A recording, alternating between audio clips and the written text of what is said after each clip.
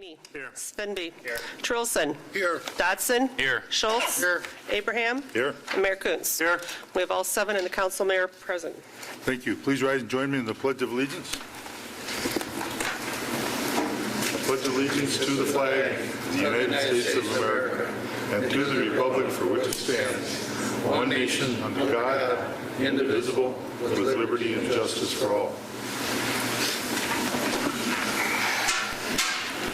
I'd like to welcome everyone here tonight, and we do have some changes to the agenda.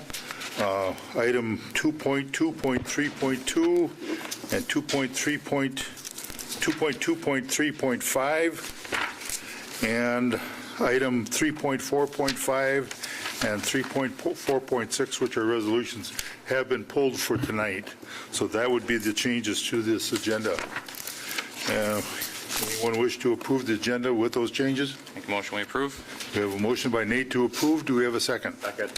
Second by Brent. All those in favor say aye. Aye. Opposed? These have been approved. And I'm going to digress a little bit. I do want to thank Councilmember Greg Schultz for taking over for me last meeting when I was sick. And sounds like you did a very good job. Thank you. So, with that, we'll move on to the next item, which is a presentation, and we'll turn this over to the Chief and D. Yes. Thank you, sir. Members of the council. We have Scott McConkie from Towards Zero Death, and Sergeant D. Van Wald, who wants to present an award to Sergeant Van Wald, who heads up our Towards Zero Death campaign efforts. Scott was in public safety with the Minnesota State Patrol for years. He just couldn't get away from it. So now he's back with the TZD campaign efforts, and he'd like to present an award. Well, thank you, gentlemen and ladies, for allowing me this precious time. I just appreciate I get to speak at many city councils and county boards, but it's just neat to see we started with Almighty's direction before we started, so thank you for that. But I'm going to talk about something that's kind of emotionally charged and kind of tough to deal with sometimes, traffic enforcement. And sometimes, let's put it this way, say you were coming to the meeting today, maybe you were just a little late and you were kind of pushing a little and you looked in your rear view mirror and there were the lights. So maybe, and you got one of those little pieces of paper, and so maybe traffic enforcement isn't high on your list at this moment. Or maybe you were coming here and you had that four-way stop sign where you took off and this guy came through, about took your front end of your car off, and wouldn't you know it, that was the one time the cop was there and stopped him, and you're going, yes. So it's hard to say what side of this the aisle you're on in this one, but I now work for the Office of Traffic Safety. I work with all law enforcement in southern Minnesota. I'm called the Southern Minnesota Law Enforcement Liaison. It was so much easier before when they just called me LT. But in fact, it's interesting. One of my sergeants, his wife's grandmother grew up here. So this is my first time. It's interesting. I also get an opportunity to talk to kids through my career and into this job now. And I always like to know where they're at. And I ask them some questions, and they're tough questions. And they deal with matters of life and death, and sometimes I strike some nerves. And I see tears, but I say, how many know somebody that was maybe killed in a school shooting, or maybe a drug-related incident, or a drive-by shooting? I'll go through a number of various types of crimes where people lose their lives, and then I have seen those hands, and then I say, how many personally know somebody that was killed in a car crash? Without exception, every time it's 1/3 to 1/2 of the kids raise their hand. So that's why traffic enforcement is important to me. We get in our cars and that's how we live, but unfortunately, all too often that's how we die. So when we look at how we're doing in that area, 2011 was the lowest death rate we've had in Minnesota since 1944. We had 368 deaths, and that was good news, unless you happen to know somebody that was on that list. And then it wasn't so good news, and everything changes. That's why you've probably heard of the program Safe and Sober. Well, we now call it Towards Zero Death, and they decided they were going to set a goal, and what should it be? Well, when you think into that perspective, if you know somebody on the list, there's no acceptable answer other than we're going to move towards zero death. And we're all government officials here. You took a contract and an oath to be here, and so did the law enforcement officers. And they stood up before a group like this and said, I will. And part of that is to say, I will protect the public. And when we look at how the public's dying, traffic safety has to be a big part of our commitment to protect the public. So how are we doing that? We're trying to take those people that take that commitment seriously and bring them together for what we call enforcement waves. We'll have a wave where we work on, say, seatbelting, and then another one where we work on speed, DWI. We do it all together at the same time to raise awareness so everybody's thinking about it, and we don't do it alone. We find it's much more better when we join the community. We go through the 4 E's. We have education, we have engineering, we have emergency response, and enforcement. So what we do is we get together, and Owatonna has demonstrated they're a big player in that program of getting together, joining with cops all across the state, but joining with community members and through media, try to really get the message. Traffic safety is important, and they might go out and write a few tickets too. And that's where it kind of sometimes you get the perspective, oh, that's cruel, that's mean. But so often our folks see the outcome of when we don't do something about it. And so that is normally from a gut feeling saying, I don't want to be cruel, I don't want to be mean, but I want to do my part to protect lives. And tickets and arrests are just one of the tools we use to do that. So, why are we here today? I'm fortunate to, after each one of those enforcement waves, to select an agency and just a handful across Minnesota that we can say, hey, you're a shining star and we appreciate what you're doing. And we want to recognize you in front of the people that hire them and the community. And we could have done it with a plaque, could have done it as a certificate, I could have read it to you, but we thought it was better to get some equipment that with some federal dollars that was brought to us and funnel it back to the community. So what we're presenting the Owatonna Police Department is a couple light bars so they can continue their efforts, and typically it's about $3,000 package that you get. So I just want to thank the sergeant here, and for me it's a blast to work with people that really believe in what they're doing and are committed, and you're very fortunate to have the chief and the sergeant here that stand behind it. So thank you very much. Thank you, Sergeant. Thank you. So, and thank you for your time.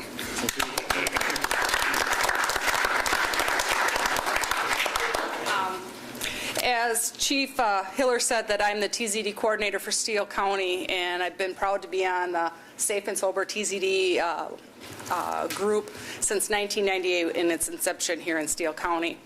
To take something else away from what Mr. McConkey said is if you look at an average crash, when talking with a trauma doctor recently at a training, an average crash costs $2 million in medical, diagnostic, and rehabilitation. Us writing tickets, an average about $168 a ticket. Ask people, what would you rather we have out there enforcing the laws with a $168 ticket or a $2 million crash? And that's why we do what we do. Thank you. Thank you. Thank you.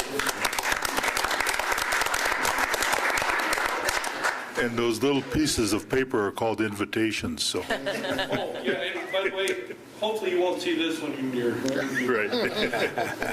Thank you. Thank you. And with that, we will move on to public hearings, and we got 1.6.1, continuation of public hearing for improvement of 13,001 to 12th Avenue Northwest. And with that, we'll move on to Kyle. Good evening. This is a continuation of the hearing from last meeting.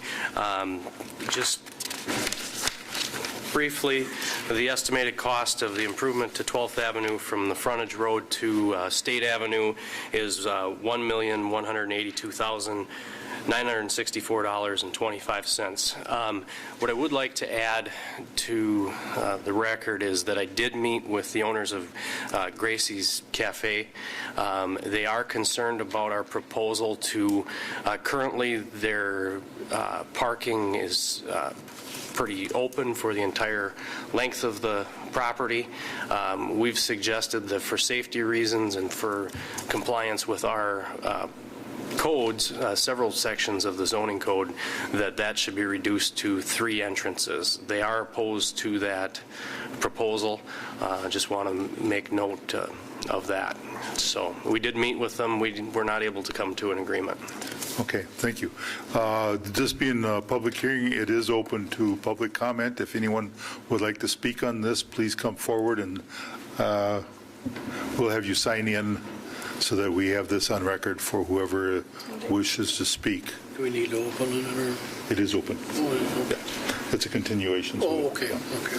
So if anyone would like to comment on this, again, this is just going out for bond, the bidding process, right? This is not the final. This is This just would be to Just to order the improvement. order the improvements. order the improvements and go for bidding. Correct. Okay. No, you'll have another opportunity to accept the plans and authorize bids. Okay, so So we this do is have 2 steps to go through yet before Correct. it actually happens, so.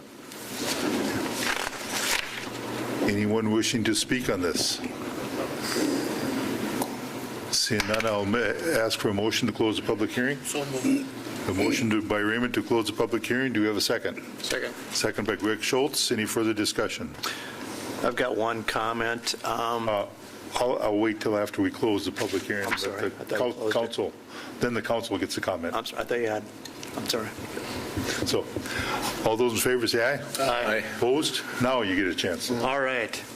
I happened to be out in that area last week on business, and I was heading south towards Grace's, and there was a vehicle coming north, and proceeded to go through the southbound lane and cut through their parking lot to go to the business adjacent just north of theirs.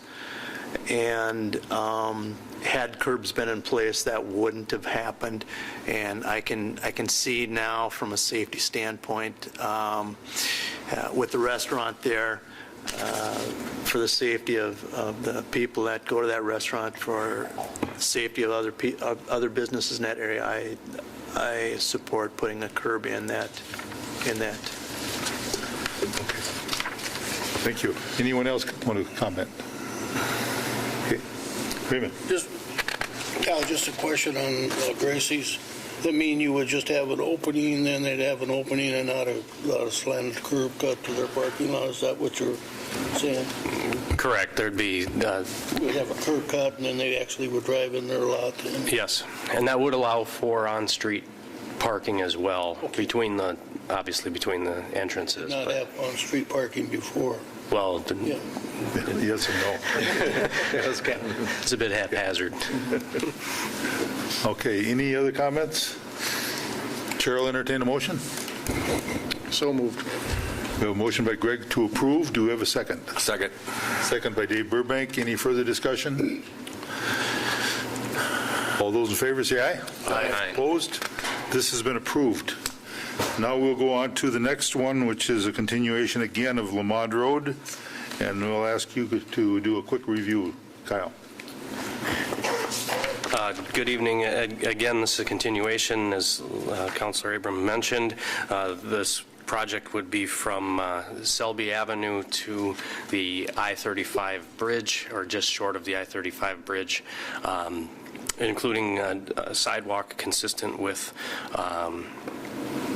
the sidewalk and trail plan. The sidewalk would be on the northwest side of Lamond Road. The estimated cost is $1,867,162.01. And I'm available to answer any questions. And Again, this is continuation, so the public hearing is open. And with that, if anyone wishes to speak, please come forward and have you sign in.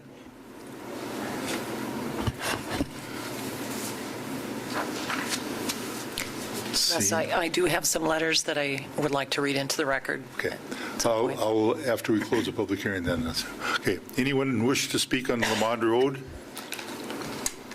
With that, I'll, not seeing none, I'll ask for a motion to close the public hearing. So moved. Motion by Raymond to close it. Second to that? Second. Second by Brett Svenby. All those in favor say aye. Aye. Opposed? Okay, the meeting is closed. Now we have public or council comment. And with that, Chris, you have some. Yes, I just want to read into the record and make note of the letters that I've received in relation to this project. We received 2 letters from Joel Reitz objecting to the assessment amount and expressing concerns about the drainage impact. Council received copies of those letters, both of those letters.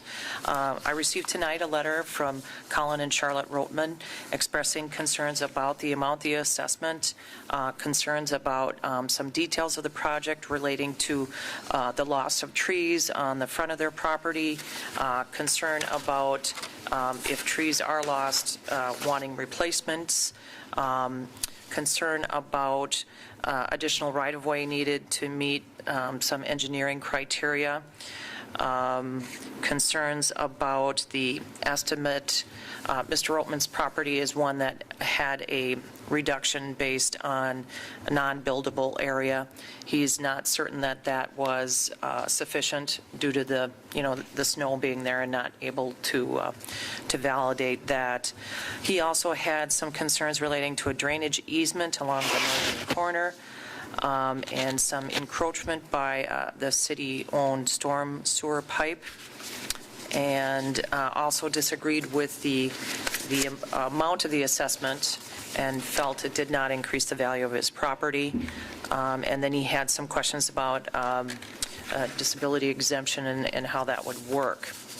I've also received a letter or email from Kurt and Deanne Lee, also objecting to the project. They disagree that their property would be improved by the amount of the assessment received. They have over 300 linear feet. They also express concern about the curb and gutter and sidewalk, feeling it's very excessive and would not be utilized, and asked that the park trail be used instead. And we will, council has received copies of the Rotman letter, and I will make sure everyone gets a copy of the letter from Kurt and Deanne Lee as well. And we have also received the Reitz letters, and all of these will be made part of the record in connection with this project. Thank you, Chris. Raymond. Chris, how many trees on Rotman's property will be leaved, Do you know, Kyle, about how many trees would be affected? We don't have the final design yet to know. And that was part of Mr. Rotman's concern, because the design isn't finalized. He's citing that these are unknowns and could be possible impacts further down the road. Yeah, I guess, Kyle, the question I've got is until a design is set, hopefully, or you intend to answer all the questions with the design. We'll try to. Okay. Well, what you'll do is you'll address the concerns as best can be done with the design. Correct. Yep. Okay. So basically what we need to do is approve to go ahead with the design. Is our initial approval here tonight. Correct. And to be honest, we have started, but we're not to final design. And to me, I think what we need to do is address all these concerns with the design to try to resolve those issues. Yep. So, At least we have opportunities to do that. I mean, when bids come in, and if it, to me, if it doesn't meet their criteria or everything, we can still say no at that point. Right, that's right. But at least we would have a design set for it. Right. We have some opportunities to do that, address those items. It will still come back to you to approve the design to authorize bids. Okay. So, any other questions from the council? Motion we approve. We have a motion by Nate to approve. Do we have a second? Second. Second by Kevin. Any further discussion? All those in favor say aye. Aye. Opposed? This has been approved to go on to the design, and it will be coming back to the council at that time. Plus, everyone that is impacted by this will have a chance to look at that design to see how it does impact them, if it will. So again, it's the process we really do need to go through to get to that point. How will the notification come out so we would know when that planning is complete? When it comes to the council, again, the people should be notified that are impacted by this. No, actually, the next notification you would receive would be with the assessment in the fall. Is that correct? I believe, yeah. The notification of the approval of the bids or the specs and to go to bid would be a resolution at a proposed council, on the agenda of the council meeting. There's nothing that's mailed to the property owners for assessment But certainly, notifications. right, certainly we can communicate, with your specific concerns relating to, the design and the trees and all of that as we're going forward. We can certainly communicate with you about that. I think, Chris, with this, because there are certain objections, we should make a point of notifying the residents along that street when that design is done for them to look at it. Okay. Right. I think that would be good on our part to get them involved at that point. So once design is done, they would be able to come up to the city offices and look at it. Yes. They're not, prior to a council meeting is what you're suggesting. Prior to a council meeting, yes. Yes. So does that answer your question?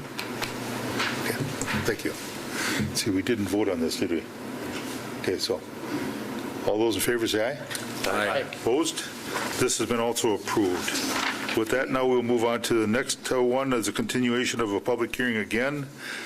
It's an improvement on 2013 sidewalk projects. Threw you off there, Les. Not 2103. So with that, we'll go back to Kyle for a review. Good evening. This would be the sidewalk from the I-35 bridge to Park Drive along Bridge Street. I did speak with the owner's representative from the Fleet Farm property in person regarding this, and then the other location is 21st Avenue Northwest, which would be on the west side of McDonald's between Hoffman Drive, Old 14, and the frontage road. I did attempt to contact the property owner a few times, but did not receive a call back. And they were notified of the hearings. We did not hold a public or a neighborhood meeting for this project because it only affected 2 property owners. The estimated cost is $112,308.75. The Bridge Street improvements were covered with state aid money. The 21st Avenue Northwest were not, so the proposal is to assess for the improvement on 21st Avenue Northwest. Okay, thank you. And again, this is public hearing is open now. If anyone would like to make comments, please come forward.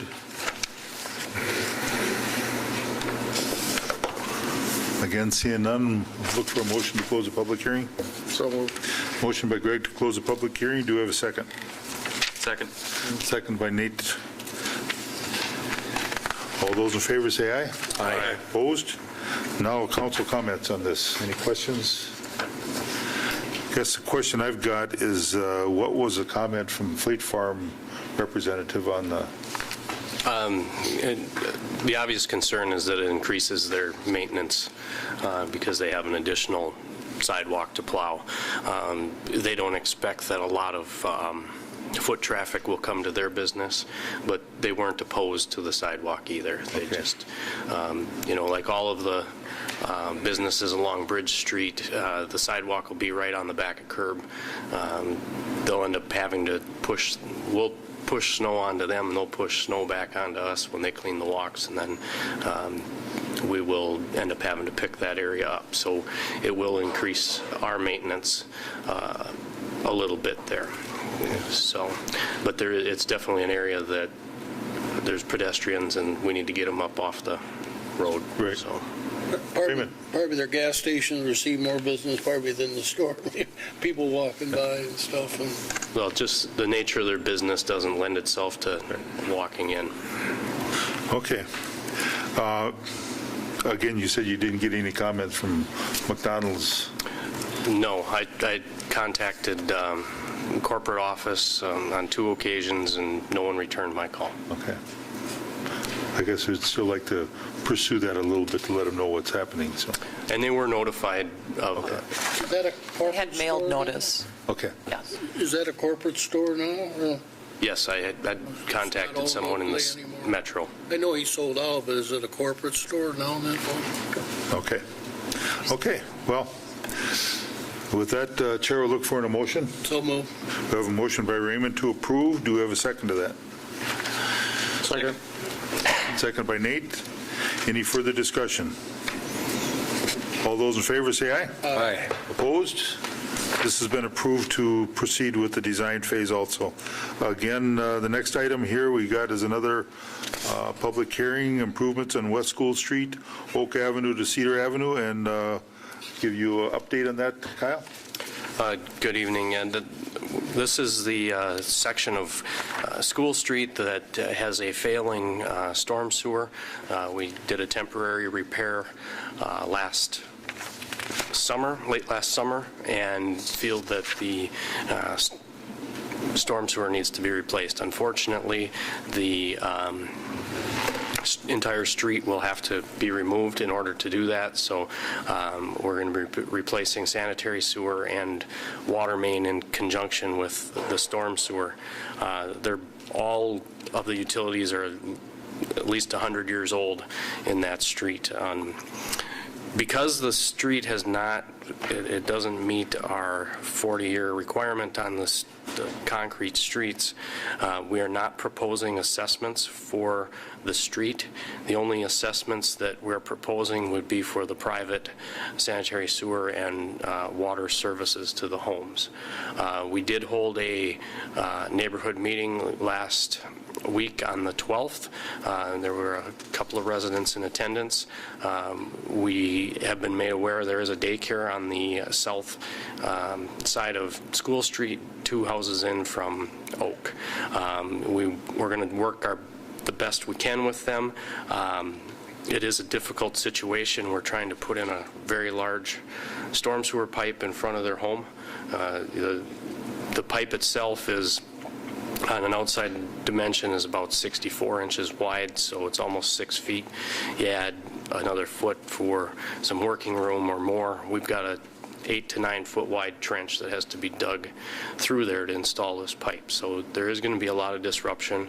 We are trying to come up with some solutions to that. We don't have any great optimum solutions yet. But if there's any other questions. Okay. Again, with this being a public hearing is open, it's a continuation, so if anyone would like to speak, please come forward and sign in. This is a new one, isn't it? No. No, this is not a continuation. This is continuation yet. This is a new one. This is new. This is new. This is new? Yes. Okay. Okay, well, again, I'll open up the public hearing at 7:30 for that. So if you wish to speak, please do. Yeah. No. You're good. Yep. It's 7:30. Confusing me, Les. Okay. My name is Jolie Podine, and I reside at 131 West School Street. Do you want to pull that mic closer to you? There we go. Can you not hear me? Yeah. Okay. What is the period? I do have a couple of questions here. So what is the period of time that we could possibly have without water or sewer? Would there be a period of time where we would not have those things available to us? There'd be brief times when you may be without water. We expect that they'd be able to maintain the sewer service. There will be some times when they're cutting in, roughly 8 hours would be the maximum that you'd be without water. And would we be notified, the residents within that area? Yes. Be notified of that? And we do have a temporary water as a bid item, so if they're going to be taking out for an extended period of time, they would have to get a temporary water supply to your home. I see. Okay. And given the extent of this project, listening to you talk about how large the pipe is and the extent of the digging, is that going to change the size of the road and our boulevard? Are the dimensions of the road itself going to change? Is our boulevard going to become smaller in front of our homes? The road will look the same as it does now, except it'll be new. We will be replacing it essentially as is for width and grade. And so is there going to be all new gutters and are the sidewalks going to be torn up, or? The sidewalks will be replaced as needed. Okay. The driveways, the curb and gutter, and the street surface will be replaced. Okay, so then the driveways themselves, will the dimensions of the driveway entrance be the same, or would we have the option of possibly widening the entrance? They will contact you if you want to widen the driveway. You would be responsible for the increased size. So if it's 10 feet wide now and you want 15 feet, you'd pay for the 5 additional feet. Correct. Okay. But you could do that at that time, though. Yep. So that was another question of mine. Will they approach each of us homeowners individually for specific bids that we may want to have? For instance, the driveway. Another item that we may want to have replaced is and inspected is the pipes inside of our homes, the plumbing that goes out to the street, so that they can tell, this needs to be replaced. This is no longer, We can't come onto private property, so, as far as our work, we'll be staying within the street right away. But as far as the driveway, they do have a form that they try to get out to everybody, but as the project progresses, Dan Perkel, the associate engineer running the job, will be out there, and don't be afraid to grab him and say, when this goes back in, this is what we'd like to see. Okay, all right. Since the street will be all dug up, that would be the time to do all of those kinds of things. And which would be, I'm assuming, at the owner's expense for that pipe to be replaced? Correct. Okay. Within those pipes, I do not know the correct terminology for this, but there's a valve, I believe, where the water goes out one way, but it cannot come in. Check valve. Check valve? Yes. The check valve? Yep. Is that what that is? Okay. So would that be the owner's expense as well, to have something like that installed? Yes. Yep. Okay. So that's not part of the city's expense? Again, from the property line into the home, that would be owner's expense. Okay. So. All right.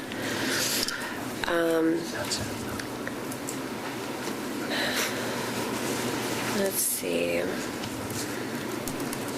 And is there, you already answered my question, I guess, with the water. If there was any, will the water be tested periodically to make sure that the water coming into our homes is safe throughout this project? Yes. Yes. Or they'll tell you that, if it's not safe to, drink bottled water. But I expect that they'll be able to keep the existing main in service as they put the new one in. Okay. And just as our neighbors, the Greens, who have daycare, we have concerns with the period of time that we would not actually have access to our homes with the street being dug up. And do you have any idea on the period of time that would be? Without knowing the contractor and how they intend to do the job, we don't. We can try and limit it, but it's going to be a mess. And, it always rains at the worst time. But we try to maintain access when we can. Right. We do have a couple elderly people on our street, so if there was any medical emergencies or if there was a fire or, things of that nature, I would be concerned as far as being able to get to them in a timely manner. At the end of the workday, we expect them to button up their work and not leave a large open hole, and most contractors won't. It's just an attraction for diversion for people to want to look. So they try to button everything up at the end of the day and get people access to their homes. But we work with the fire department and the police to let them know what's going on. Right. But so you're looking into other options for us as residents to be able to come, be able to. We're trying. There's not a lot of good solutions, apparent good solutions. Okay. So. And from what I understand, there's going to be a period of time where Oak Street is going to be blocked off and Cedar is going to be blocked off because of the construction zone, and they're not going to be blocked off at the same time. No. Okay. They shouldn't be. Oak won't totally be blocked off, though. Well, we've got to go into Oak to get the water. The storm sewer and the sanitary have been stubbed out, but we will be closing one lane, one northbound lane of Oak. Are you the person who's got daycare? No, I'm not. I just been thinking of the thought on daycare. Was it 2 homes from the Cedar side, that daycare, wherever it is? I was just thinking maybe I could talk to a couple of neighbors and drive across the yard and unload the kids and go back across and a little sod to replace, but right. Or something. But that's up to you to make that decision. Well, there is actually there's a possible access from Oak Street. There is a house that. I believe it's either a duplex or a triplex, and there is a parking lot.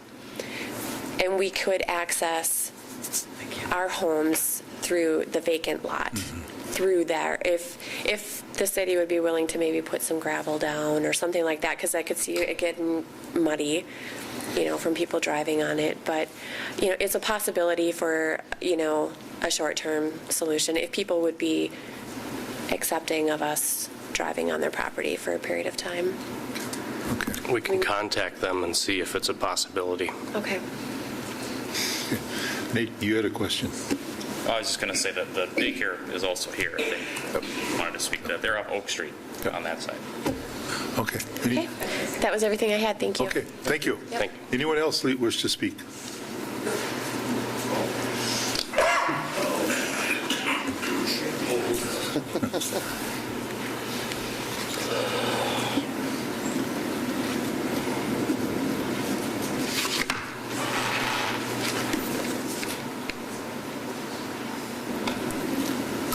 Hi, my name is Chuck Bulbrock. Sorry, hi Mark. Sorry I was late. I didn't catch the meeting last weekend, so I might not be up to date. One of the questions, or 2 questions I just have. Last year when, on the other side of Oak Street, when West School Street was done in there, so now will our street between Cedar now and Oak will be brought up to code for that one, right? Am I correct there? Yeah. It will be exactly the same as what was done on the other side of Oak? Correct. We'll be doing quite a bit more work. Right. I agree. Now, we have had a tendency to have sewer backup along this street. As you might know, we have to get water pumps in there when we get the heavy rains. My question is, that was brought to my attention is, has anything been done on Walnut going towards OPU? Or are we going to go from big to existing, which may be smaller? The storm pipe that we're proposing to put back in is the same size. We're somewhat limited because of the size of the pipe and the amount of cover that we have. So we really can't upsize it. Are you, when you're talking about backups, are you talking about sewer backups? Sewage, yeah. And a lot Are you of on the us in south street. side? I live on the north side. I've got a little bit of elevation over my neighbors 2 houses down. They get 3-4 inches and they've got it right away. I've been very fortunate, except for the big flood that we had in the fall of 2010, and I was right there by my floor drain, so I was able to get it right away. So I didn't have a problem, but I have about 2 feet compared to my neighbors 2 feet down.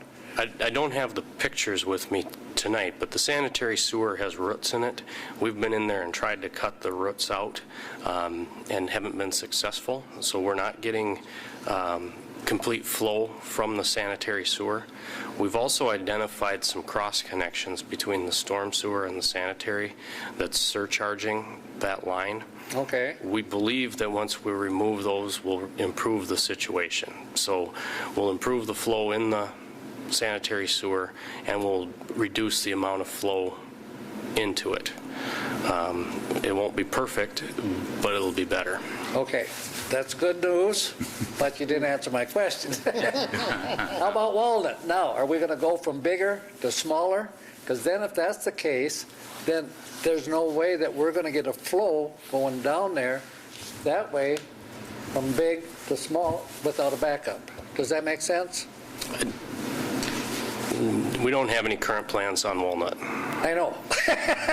I know, but what I'm saying is that smaller? I don't believe, than the not at existing Walnut. stuff that's going to be going in. Oh, no, we're replacing the sanitary sewer the same size, 12 inches that's there. So we won't be increasing the sewer size. Okay, all right. Well, there is a bottleneck further down that line that we are looking to address, okay, but it is quite a ways down from where you're at. All right. It's down near the Chamber of Commerce. Okay, very good. Then one other question. Here a few years ago when they run this cable along from, I believe it was out by Charter, whatever, all the way on down School Street, past there, and I don't remember even where the company was out of that did this. Okay, now I lost part, and it's going to be replaced, part of my approach for my driveway. They cracked it, of course. But then I end up, and it's pretty hard to explain when you got 3 feet of snow on your lawn now, but are they going to put sod in instead of weed seed and dirt? Yes, it's planned for sod. Okay, that's what, I got the worst yard now because of that weed seed just spread, so, and it's pretty hard, and it's really a minor thing, but I was just one of the things that I wanted to know, so. Okay, no, it's planned for sod. All right, very good. Thank you. Thank you, Chuck. Anyone else wish to speak?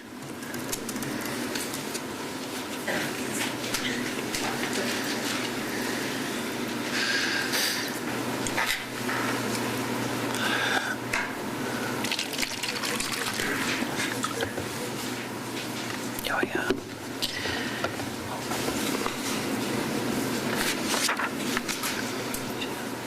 Good evening. My name is Margaret Green, and I am the lady that has the daycare here. And we did discuss last week about the concerns that I have over the access for my parents to be getting in and out of our home, like throughout the day. And I'm talking about, right now it's 20 times a day that I had counted up. And through the summer, it will be 16, so it's just as many, if you will. So, and I'm also concerned now, too, about, like, if in case this is not, an access is not available for an ambulance or a police department to come in for the children or an emergency, for us as well as the rest of the residents on the south side of the street. So I just really wanted to stress my concern over having an access made available for us. And so that's what I have to say. I think 911 will go right down the sidewalk if that's what it need to be an emergency. They'll go right down the sidewalk. 911. Yeah, we deal Mike with can this address all it. the time, and we're going to be able to access that site, and if we have to bring in some extra people, we can go through and do that. And even in these areas, there's many areas we serve for fire protection that there is no water supply. So we deal with this routinely, so I don't anticipate any problems as far as emergency medical services or fire protection. Okay.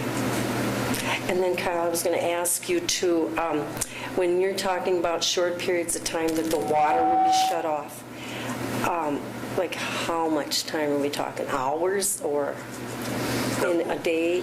We won't know until we have a contractor on board and we can get their ideas of how they want to progress with the work. Okay. We can put in our specifications, that you can't be without water for, any more than a few hours or Sure. 8 hours. But Also, in looking at the water system there's a significant number of water mains in Cedar Avenue. It's kind of a spaghetti web of water main that we're trying to work on there. So it's going to be a little bit more complicated than normal, unfortunately. That's why we're paying for the temporary water, so that we can keep service to the homes. So that's a bid item that allows us to, we pay the contractor to do it, so we can expect a little higher level of service. But so will we have an idea then too as to when the water will be shut off? they should be giving you notice, unless, unplanned events, of course, but, we won't allow them to tear into the water main at 3 o'clock on a Friday and then leave for the weekend. Yeah. Okay. Thank you. Thank you. Anyone else wish to speak?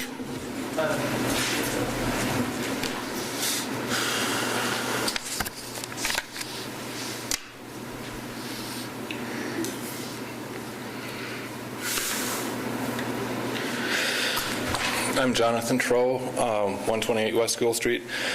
I apologize. Maybe you've given this information, but I missed it. I'm not sure. But do you have dates set for the beginning of this project and how long it might take? We don't. I'm estimating, because it's a concrete street, we're going to have at least 7 days of cure time after it goes back on. I'm going to guess 2 months of construction. Okay. Do you have a date when you might begin the project? We don't. We haven't finished the plans, and we don't have a contractor on board. I'm looking at a tentative completion date of September 20th, depending on when we can get the bids out. I know that there is a lot of school traffic that comes down School Street, so ideally we'd be done before that. I don't know if that's possible or not. Okay, thanks. Thank you. Anyone else? On this subject, or on this subject?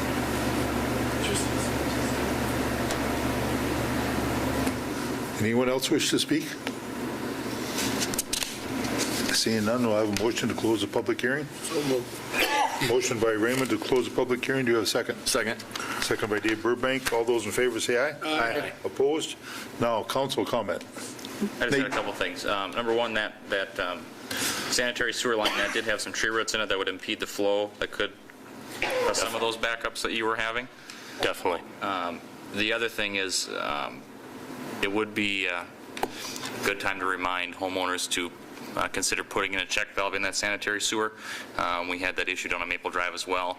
It's not an insignificant cost, but considering the alternative, if you do have frequent sewer backups, it's much less of a problem, or makes it a little bit better.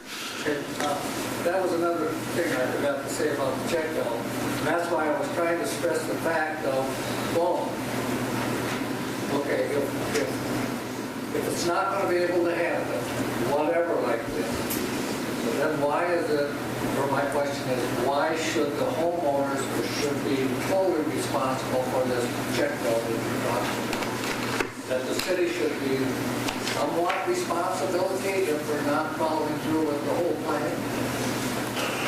Well, and Chris can speak. We used to have a program. Yeah, I'm going to need to review that. I think that was tied to the flood, Yes. to the flood and certain parameters, but we can certainly explore that again. And just the removal of the tree roots through the impeding the flow may alleviate that problem as well. And the cross connections, I think, is even a bigger problem. Okay. Any other council comments? Just one thing on the check valves. They do require maintenance. They're not maintenance free. You'd hate to see one lock in the down position. I don't know if that's possible or not, but it's once a year type. Got to check them. To clean out. Check. That's true.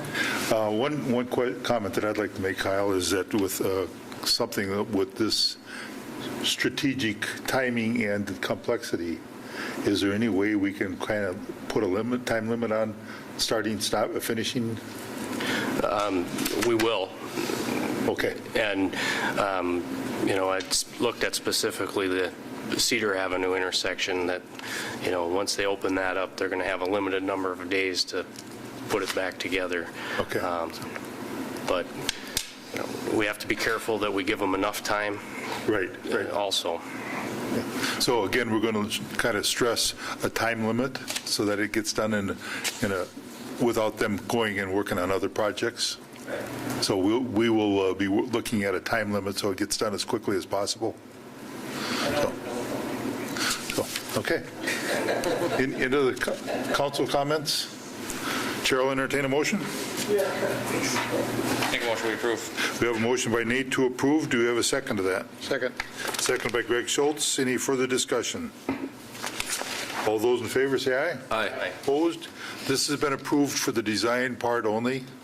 Again, we will be going through the bidding process and the rest of it at the end of this fall sometime. So, with that, we have completed all of our public hearings, and we will move on to the financial report. And I'll give a quick recap of our finances for this week. It's $37,369 for Morton Building Incorporated for the LEC detached storage, $33,435 for SHI Corp. Microsoft annual license and other miscellaneous items, $122,076 for Southeast Service Cooperative monthly health insurance premium, $25,605 for Yoakum Oil for fuel purchases, and $201,307 for other expenditures for a total of $418,794 for your approval tonight. Make a motion, we pay the bills. We have a motion by Kevin to pay the bills. Do you have a second to that? Second. Second by Nate Dotson. Any further discussion? All those in favor say aye. Aye. Opposed? These have been approved.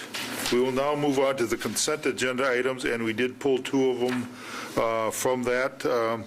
These are minutes of meetings, license permits, department reports, and other miscellaneous items, all grouped into one motion to kind of expedite us.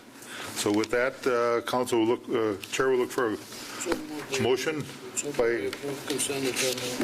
We have a motion by Raymond to approve the consent agenda items. Do we have a second? Second. Second by Dave Burbank. Any further discussion? All those in favor say aye. Aye. Opposed? These have been approved. We now move on to action items 3.2.1, League of Minnesota Cities Insurance Trust. And with that, we will go to Rhonda.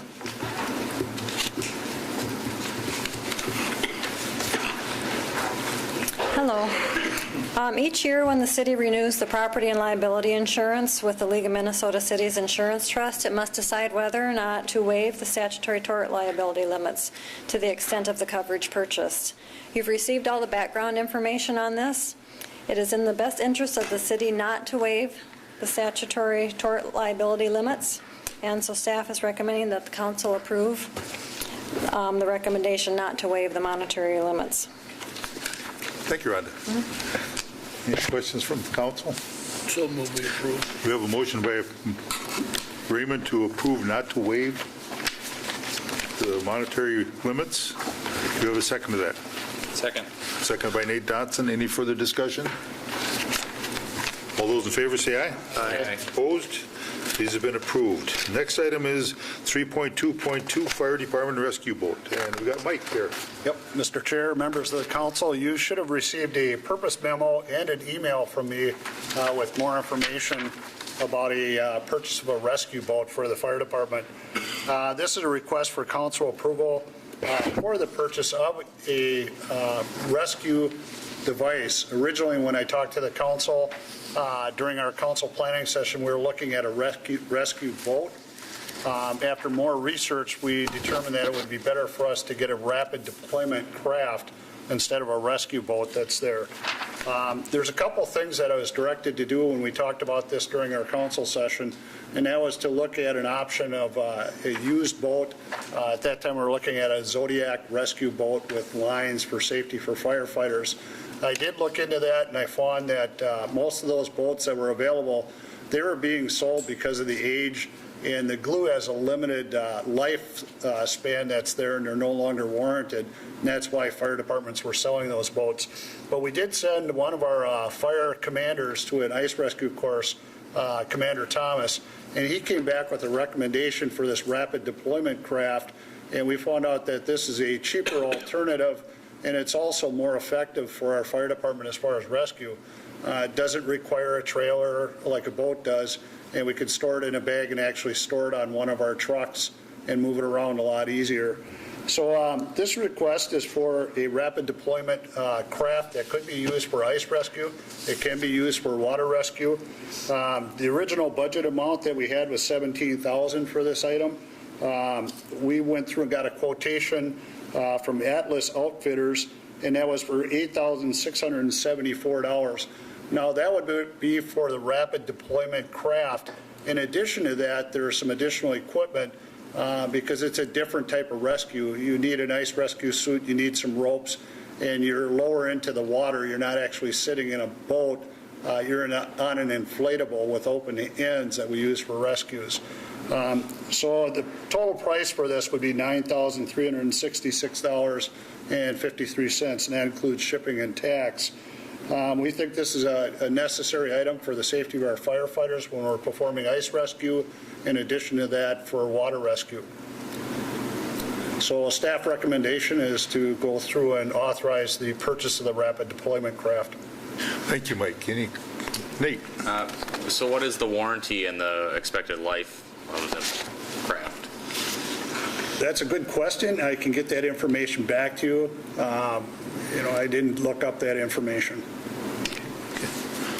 Thank you. Anyone else wish to? I guess the question I've got is,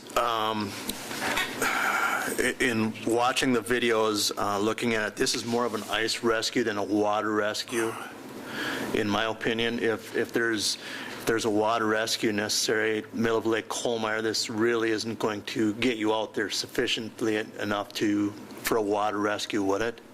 Yeah, it would. In the quotation that we have, which I sent out an email to all council members, one of the items on that quotation is for a motor mount that's there. But in water rescues, like in a lake like that or a river, it's preferred not to use a outboard motor with a prop because it can actually cause injury to the victim. Many times they're just below the surface of the water. Where we may use that is to get close to that area where they were last seen and then shut it off and then actually paddle, or there's different options that are there.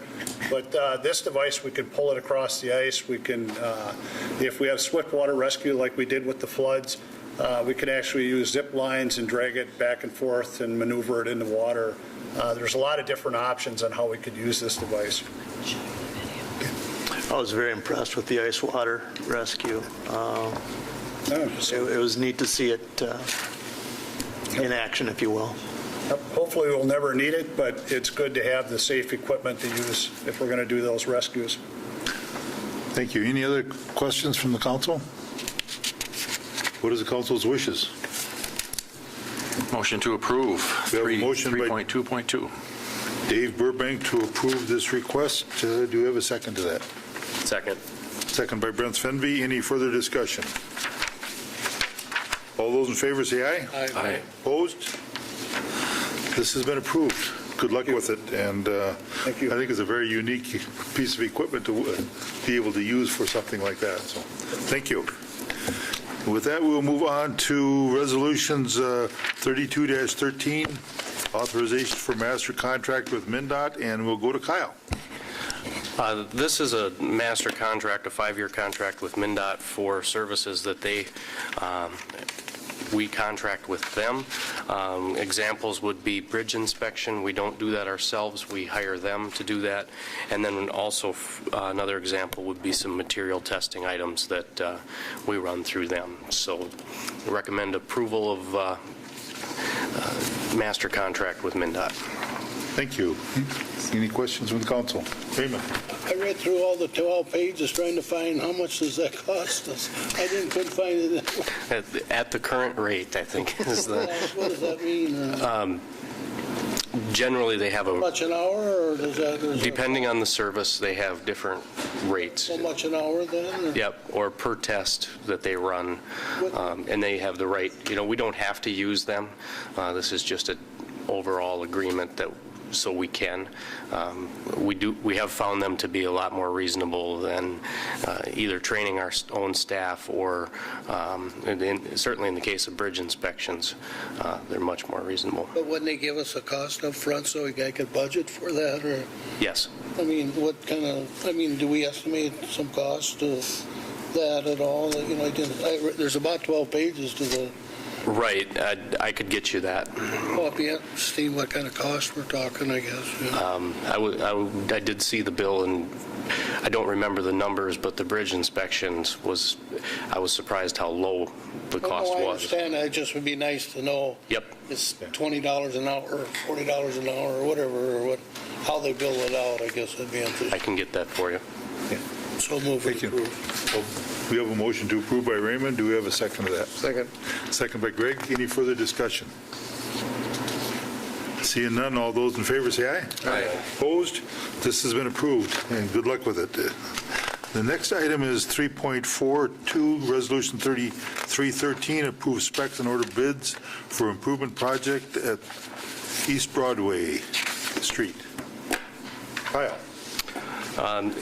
This is a resolution requesting authorization to proceed with advertisement for bids for East Broadway. At the February 19th meeting, you approved the feasibility report and authorized preparation of plans and specifications, which we've done. We're now looking to take this project to bids. Okay, thank you. Questions from the council? Motion we approve. We have a motion by Nate to approve. Do we have a second?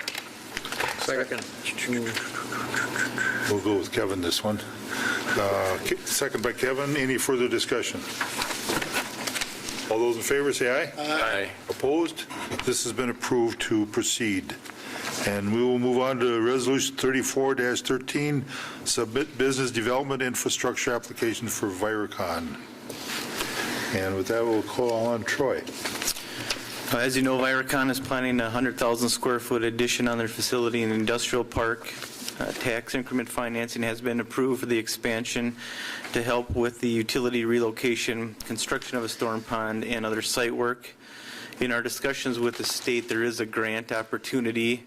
It's called a Business Development Infrastructure Grant, and that would help fund half of the cost of any public infrastructure costs that are needed for business expansion. The grant would cover up to one-half of the cost for the public infrastructure, up to $1.4 million. So we would like to apply for that. We also have the tax increment financing that would cover the other half of those public infrastructure costs. All current property taxes will continue to be paid on the property. The city is incurring some consulting expenses relative to the tax increment financing district and drafting the development agreement, and those costs will be paid out by the EDA consulting budget and reimbursement. So the public infrastructure, we're estimating to be a maximum of $2.8 million, of which we want to apply for a grant for 1.4. The other 1.4, or up to a 1.4, would come from tax increment financing. So there's no out-of-pocket expenses from the general fund relative to this project.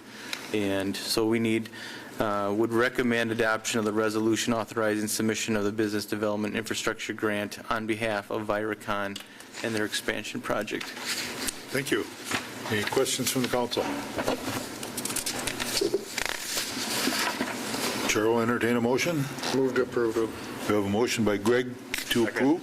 Do you have a second? Second. Second by Brent. Any further discussion? All those in favor say aye. Aye. Opposed? This has been approved. Thank you.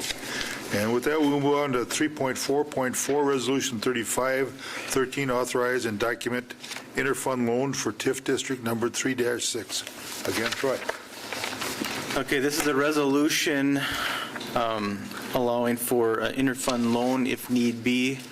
This was at the advice of our legal consultants on this for the Viracon project. Again, $2.8 million in public infrastructure costs, of which 1.4 we're applying for a grant, and 1.4 from tax increment financing. There may, because of the timing of this project, it may work out that we have to pay some of these expenses before the grant is approved, or we can get reimbursed for tax increment financing. So according to our legal counsel, in meeting the requirements of the state auditor's office, is we would need a resolution, and all the terminology that's needed for that is in the resolution. It's mainly for auditing purposes, to have the approval needed to be able to pay those expenses up front and then be reimbursed later on once we have those approvals and those monies available. So staff would recommend approval of the resolution approving the terms up to $2.8 million for interfund loan in connection with tax increment financing District 3-6, and that's for the Viracon project. Thank you. Any questions from the council? Nate? There are no concerns with the grant approval not going through as anticipated. The state was involved with us in negotiating with Viracon. That was money that they put up front in the proposal. They drafted the proposal. That was an amount in a grant that they were willing to fund to help bring Viracon to do that expansion here. Brent? Troy, the resolution talks about some annual rate of some percentage. Do you know what that is? Yeah, so we set the interest rate at 4%, and that's the maximum amount allowed by law. Any other questions from the council? Chair will entertain a motion. So moved, we approve. We have a motion by Nate to approve this. Do we have a second to that? Second. Second by Kevin. Any further discussion? All those in favor say aye. Aye. Opposed? This resolution 3513 has been approved. And I understand that 3.5 or 36.13 and 37.13 have been pulled for this. So we will move on to ordinances, and we have a first reading of proposed ordinance 4-13, Police Civil Service Commission, and with that we'll go to Keith. Thank you, sir. What you have in front of you tonight is a request in the first reading of ordinance number 223 to abolish the Police Civil Service Commission, and it does require a unanimous vote by the council at the subsequent council meetings at the second reading. I think sometimes when you look at abolishing a police civil service, you think there's something wrong with the Civil Service Commission. Absolutely not. Our Civil Service Commission members are, matter of fact, fantastic, and if you review the minutes, are in complete support of it.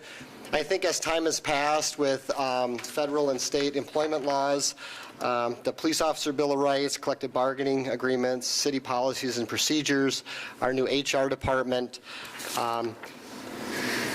and other policies and procedures such as nepotism, the things that we worried about, many, many years ago for the reasons of putting the Police Civil Service Commission in place are really pretty antiquated now and really are not necessary. So with that, we would ask that we amend the ordinance to abolish the Police Civil Service Commission. However, that does not mean that we will not have community panels, even when it's not required. For example, the most recent police captain position, it went through the Civil Service Commission. We still had a 15-minute presentation and interview with the community panel, and we would still continue to do that in our interview processes because it's a way to be transparent, and it's also a very important way to engage our community members and leaders. Thank you. Raymond.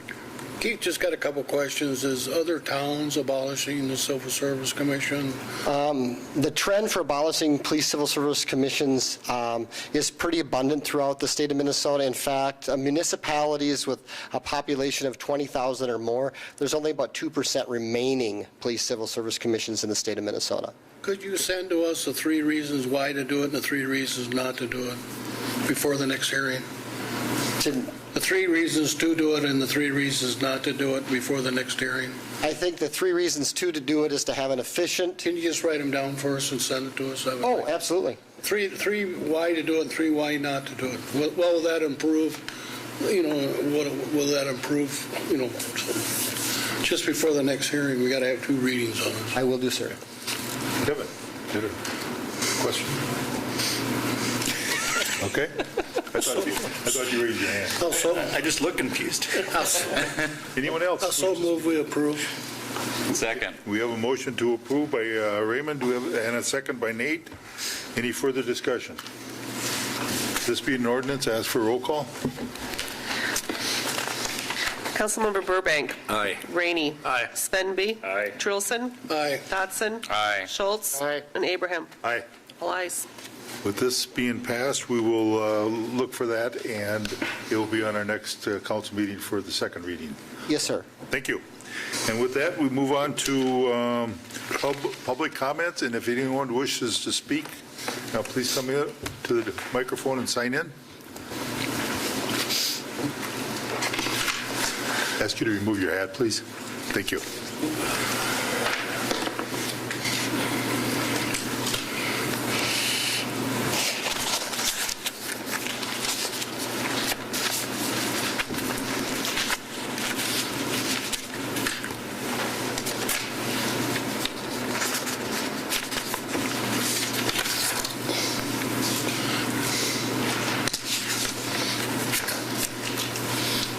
My name is George Osterhus. My wife and I are owners of Flooring Frenzy and More in Owatonna here. Back in September, the city of Owatonna owned the theater building that got tore down. And we're still 6 months into it, waiting for the city of Owatonna to show up and say, hey, we did some damage to your building. Wondering why we haven't had any comment from anybody on that yet. Okay. Chris, can you answer that? Certainly. We did contract with a contractor to demolish that, and that was part of the contract was to have adequate insurance and all of that. And I know our League of Minnesota Cities Insurance Trust has been notified of your claim and have assigned a claims adjuster as the contractor with his insurance has also. I don't know, Troy, did I miss anything? Do you have anything to add? I think we've had a number of our staff down there to assist in the insurance adjusters and the engineers that have been down there. I know that there's been some discussion on what should be covered in that, and we were kind of leaving it up to the insurance companies to figure out, who's responsible for what. But any assistance we can help that process along, I think we're more than willing to do that. Well, so far there's been zero assistance. Okay. Because I called the city building inspections and nobody talked to me. I called for the meeting for the insureds to do a walkthrough. Your insured said that he'd get back with me, and he hasn't. And I'm the innocent bystander. I think, Chris, that we do need to follow up with that. Check with our insurance company and make sure that they contact you. Absolutely. If they need to have their own engineer come down, or if they want my engineer report. We'll follow up with that and see where that's at. Because I feel 6 months into it, it's way too far into it. I think we should have some result. What's going on? Is it reasonable to expect by the end of the week someone can contact him and I would think give him an so. update? Yep. So next couple days? At least a phone call. At least a phone call. Okay. Yeah, which should have happened a long time ago. Yep. Okay, we'll have them follow up with it and get back to you this week yet. I would appreciate it. Yeah. Okay, thank you. Thank you.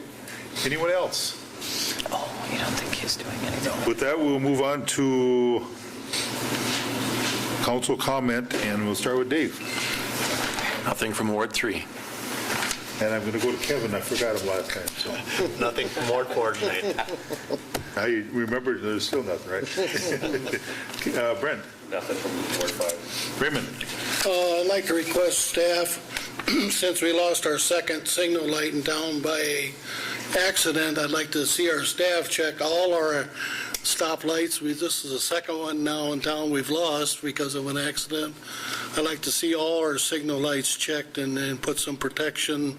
And the question I got is how long will this one be out of service? So we need to, but this is the second one within 6 months has been destroyed. And so I'd like to see all the signal lights checked in town and put some protection. So.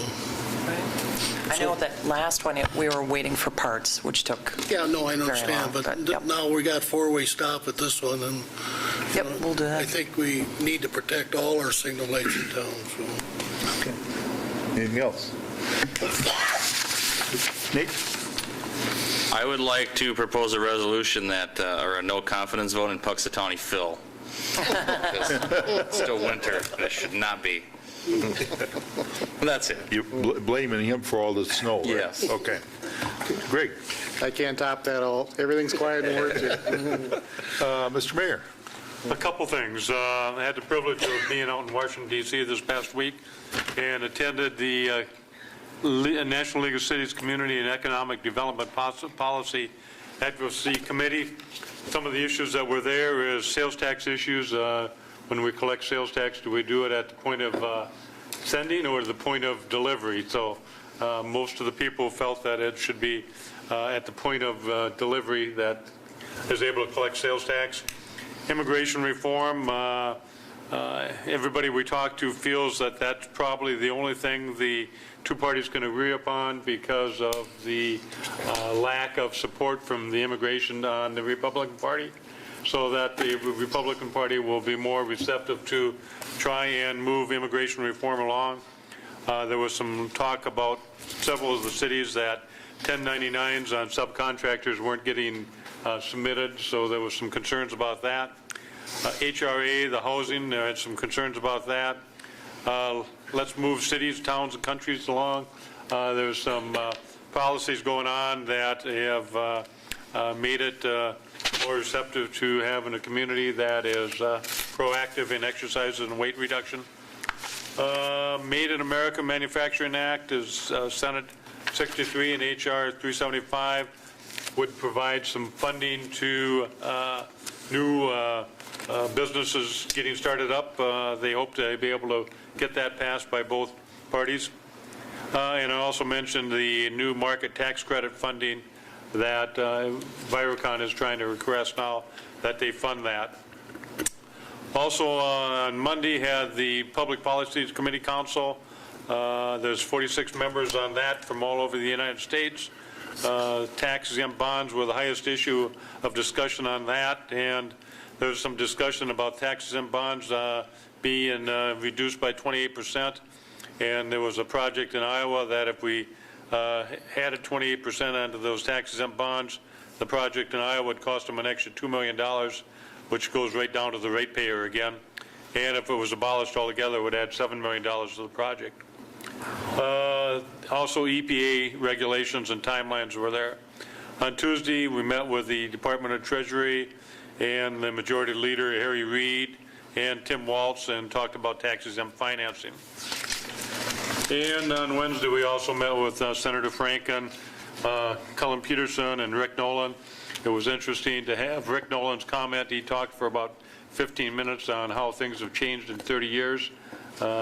Back when he was there, they worked 40 to 50 hours a week, and they had all the committee hearings and everything took place, and now they work for a day and a half, and the committee hearings are right in front of you before you even have a chance to discuss them.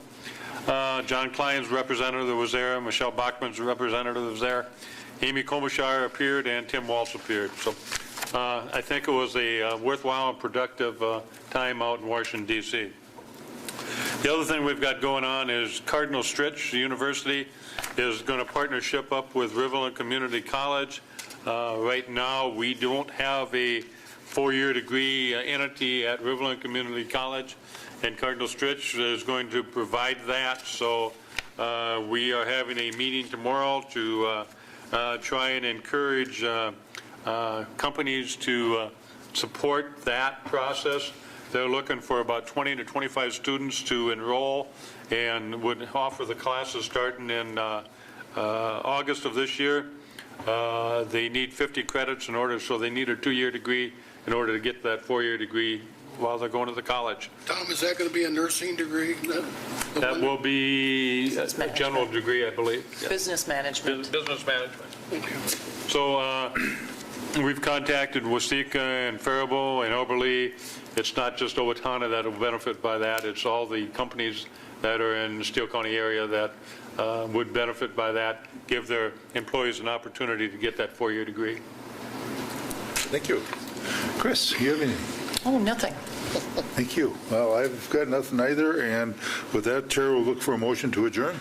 No, you're actually going to go to closed door session. Well, we'll adjourn into a closed session, right? All those in favor?